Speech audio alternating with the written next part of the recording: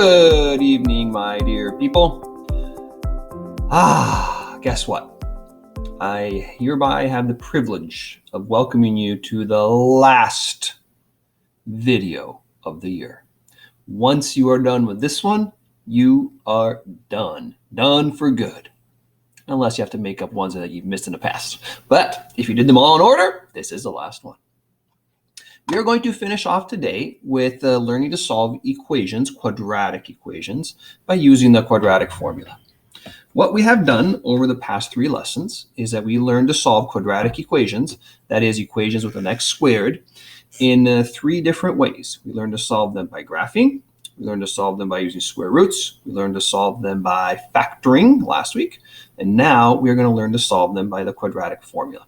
There are actually some other techniques as well, but you're going to see those in Algebra 2. So the quadratic formula is kind of cool. What the quadratic formula is, it is first of all, this really gnarly, nasty looking thing down here. This is what is commonly known as the quadratic formula. There's a song for it. X equals negative b plus or minus the square root of b squared minus 4ac all over 2a. So that's kind of how you can remember it. But basically what this is the solution to this equation. In other words, if ax squared plus bx plus c equals 0, no matter what a, b, or c are, then x has to equal negative b plus or minus the square root of b squared minus 4ac all over 2a. So here's kind of where it comes from. If you were in Algebra 2, you actually could take this equation here, the one I'm circling with my pen, and you could solve it for x, just like we did earlier in the year. So let me give you an example you can do. Remember earlier in the year when I gave you an equation like this, ax plus b equals 0, and I asked you to solve it for x? You could do it, because what you did was you said, all right, well, if I need to solve for x, I'll subtract b from both sides. And then I'm going to divide both sides by a, so x will equal negative b over a. So basically this right here that I'm circling is the solution to any equation that looks like that. So that, in other words, if you had 3x plus 6 equals 0, you know that the solution has to be negative whatever that number is, divided by whatever that number is. And therefore your answer has to be negative 2. So what we're going to do is we are going to use basically this quadratic formula to solve these equations, because the quadratic formula is the solution to this equation. This quadratic formula is the solution to any equation that looks like this. All we have to do is replace the a, the b, and the c with something. Let me give you a few examples. Before we go to the examples, make sure that you have this written down on your paper, unless you have it memorized because of the song. X equals negative b plus or minus the square root of b squared minus 4ac all over 2a. And keep that in mind, and let's go solve a few questions. So last week, we actually solved this equation here by factoring. This was the last one we did in last week's notes. If you turn your page back in your notes and you look at last week's notes, you'll see that this was the last example we did. And we got that the answers were negative 1/2 and positive 7. What we're going to do today is we're going to solve the same equation using the quadratic formula. And here's how you do it. So the first thing you do is you need to identify what a, b, and c are. It's very easy. This is your a, this is your b, and this is your c. I like to often write them out. I'll put it right here so I don't lose them. So a is going to be 2, b is going to be negative 13, and c is going to be negative 7. And now the solution to this equation has to simply be x equals negative b plus or minus the square root of b squared minus 4ac all over 2a. And what I can do now is simply replace the a, the b, and the c with the numbers that I have. So let's go ahead and do that. So I'm going to get x equals negative b, which is going to be 13, because b is negative 13. So negative b is positive 13, plus or minus the square root of b squared. So negative 13 squared is 169, minus 4ac all over 2a. All right. And that, ladies and gentlemen, is the answer. Because the quadratic formula, very simply, is the answer to a quadratic equation. Now, if you enter this in the computer, it's going to be like, red x, you need to simplify that. And so let's go ahead and simplify that. So x is going to equal 13 plus or minus the square root of 169. We have negative 4 times 2, which is negative 8, times negative 7, which is positive 56. Ooh, we're getting some big numbers here. Divided by 4, which gives us 13 plus or minus the square root of. Now let's add those two together. And if you add those together, you get 225. And now let's take the square root of 225, which is 15. So my answer is 13 plus 15 divided by 4, and 13 minus 15 divided by 4. So I'm going to go ahead and break that in half. I can just put some arrows here to do that.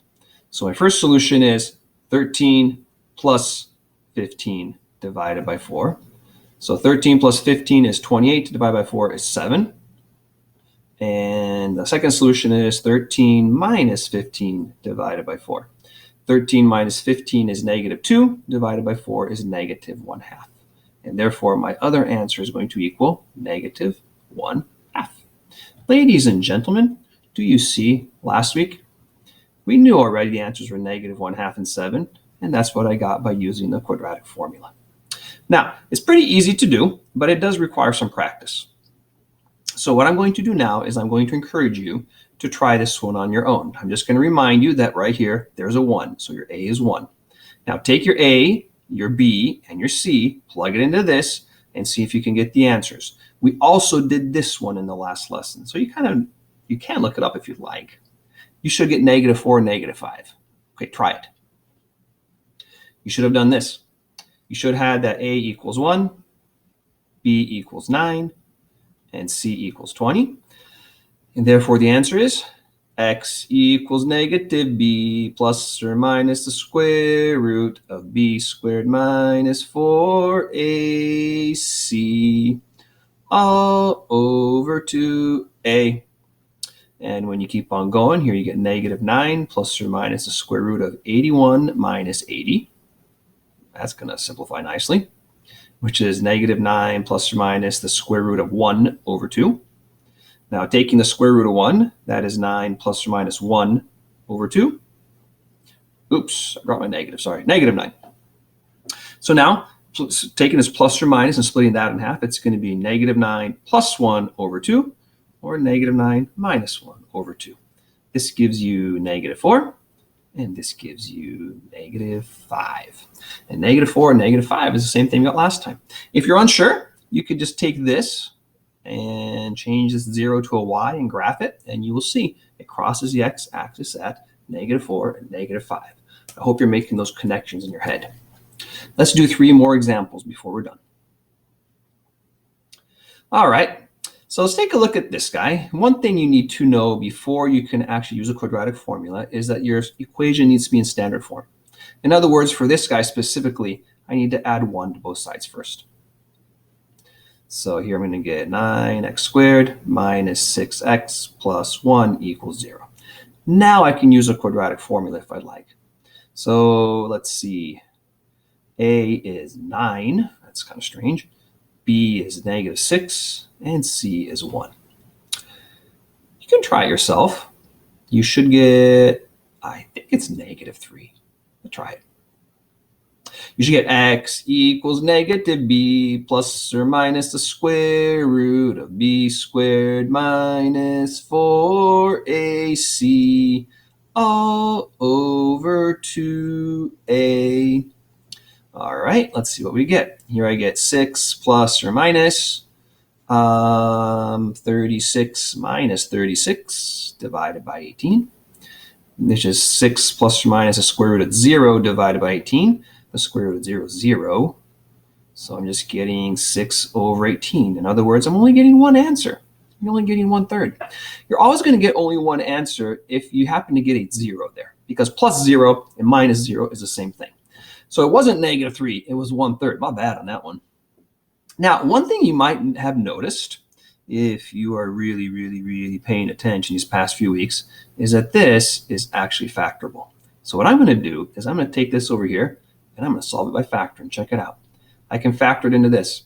3x minus 1 times 3x minus 1 equals 0. Now, if this times this equals 0, then one of them must equal 0. So either the 3x minus 1 equals 0, or the 3x minus 1 equals 0. Well, they're the same, of course. So I'll just solve 1. Add 1 to both sides. I get 3x equals 1. Divide by 3 on both sides. And I get that x equals 1/3. So you can solve that by factoring as well. You could also solve it by graphing. And the cool thing about this one, if you solve it by graphing, I'm not going to actually go Desmos and do it. I'm sure you'll believe me, is that it opens up because it has a positive a.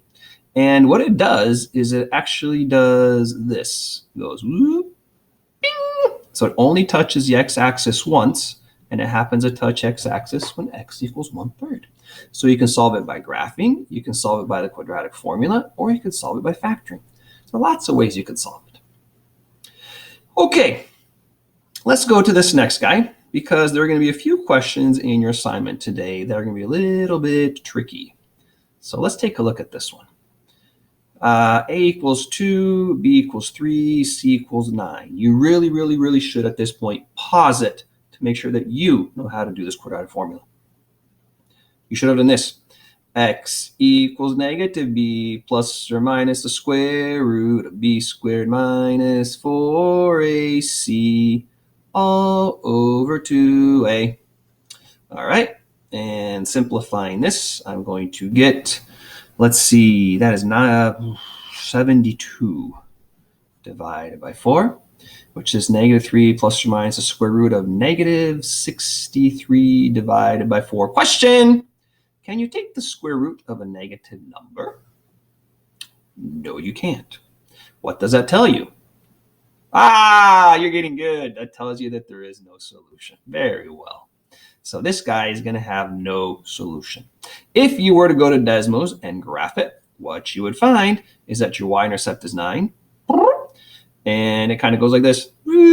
It never touches the x-axis, which tells you that there is no solution. Let's do one last example, and that's it. Guys, do you realize what this is?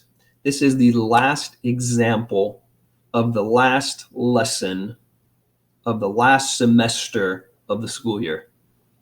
Woo! All right, let's solve this using the quadratic formula. First things first, it needs to be in standard form, so we are going to put everything to the left. So subtract 7x from both sides. And I get x squared minus 7x equals 0. Now let's identify what a, b, and c are. A, b, and c. All right. A is 1. B is negative 7. And c is 0. You guys recognize that? There's nothing there. So c is 0. A, b, c. So let's use a quadratic formula. X equals negative b plus or minus the square root of b squared minus 4ac all over 2a. Let's see what we get. Well, 4 times 1 times 0 is just 0. So here I get the square root of 49 divided by 2. So this is 7 plus or minus 7 divided by 2. So it could be 7 plus 7 divided by 2, which is 7. Or it could be 7 minus 7 divided by 2, which is, well, 7 minus 7 is 0, and half of 0 is 0. So your two solutions are 7 and 0. You, of course, could have done this one by factoring, too, if you'd wanted to. Check it out.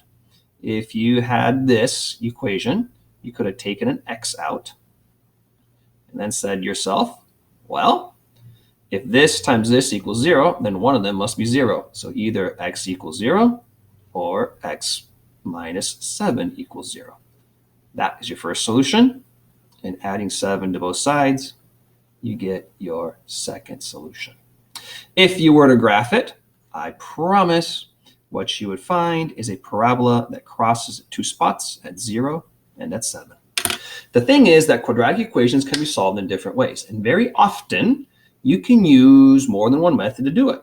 If we had more time and if we were in class, we would spend a lot more time on this, and you would get so good at it that you would then decide which technique to use for which ones. For this year, though, I'm just giving you a brief introduction so that going forward, you have some foundation to build on. All right, guys, it has been a pleasure being your teacher this year, even though I wasn't there the whole time. This virtual thing was a little bit hard, but you guys hung in there. You did a good job, and I'm honestly proud of you. It's been an honor. Have a good summer.